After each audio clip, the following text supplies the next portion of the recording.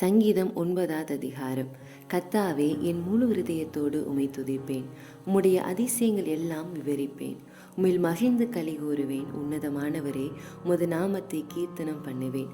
என் சத்துருக்கள் பின்னாக திரும்பும்போது உமது சமூகத்தில் அவர்கள் இடருண்டு அழிந்து போவார்கள். நீர் என் நியாயத்தையும் என் வழக்கையும் தீர்த்து நீதியுள்ள நியாயாதிபதியாய் சிங்காசனத்தின் மேல் வீற்றிருக்கிறீர். ஜாதிகளை கடிந்து கொண்டு துன்மார்க்கரை அழித்து அவர்கள் நாமத்தை என்றென்றைக்கும் இல்லாதபடி குலைத்து போட்டீர். சத்துருக்கள் என்றென்றைக்கும் பாழாக்கப்பட்டார்கள்.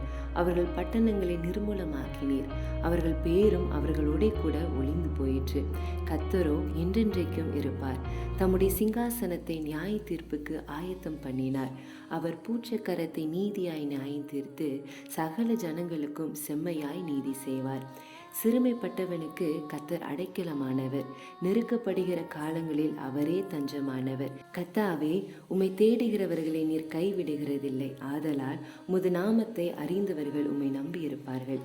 சீயோனிலே வாசமாயிருக்கிற கர்த்தரை கீர்த்தனம் பண்ணி அவர் செய்கைகளை ஜனங்களுக்குள்ளே அறிவியுங்கள். இரத்த பலிகளை குறித்து அவர் விசாரணை செய்யும் போது அவைகளை நினைக்கிறார். சிறுமைப்பட்டவர்களுடைய கூப்பிடுதலை மறவார். மரண வாசல்களில் இருந்து என்னை தூக்கி விடுகிற கர்த்தாவே, நான் உம்முடைய துதிகளை எல்லாம் சீயோன் குமாரத்தின் வாசல்களில் விவரித்து உம்முடைய இரட்சிப்பினால் களி கூறும்படி தேவரீர் எனக்கு இறங்கி என்னை பகைக்கிறவர்களாலே எனக்கு வரும் துன்பத்தை நோக்கி பாரும். ஜாதிகள் தாங்கள் வெட்டின குழியில் தாங்களே விழுந்தார்கள். அவர்கள் மறைவாய் வைத்த வலையில் அவர்களுடைய காலே அகப்பட்டு கொண்டது. கர்த்தர் தாம் செய்த நியாயத்தினாலே அறியப்படுகிறார். துன்மார்க்கன் தன் கைகளின் செய்கைகளிலே சிக்கி கொண்டான். துன்மார்க்கரும் தேவனை மறக்கிற எல்லா ஜாதிகளும் நரகத்திலே தள்ளப்படுவார்கள். எளியவன் என்றென்றைக்கு மறக்கப்படுவதில்லை.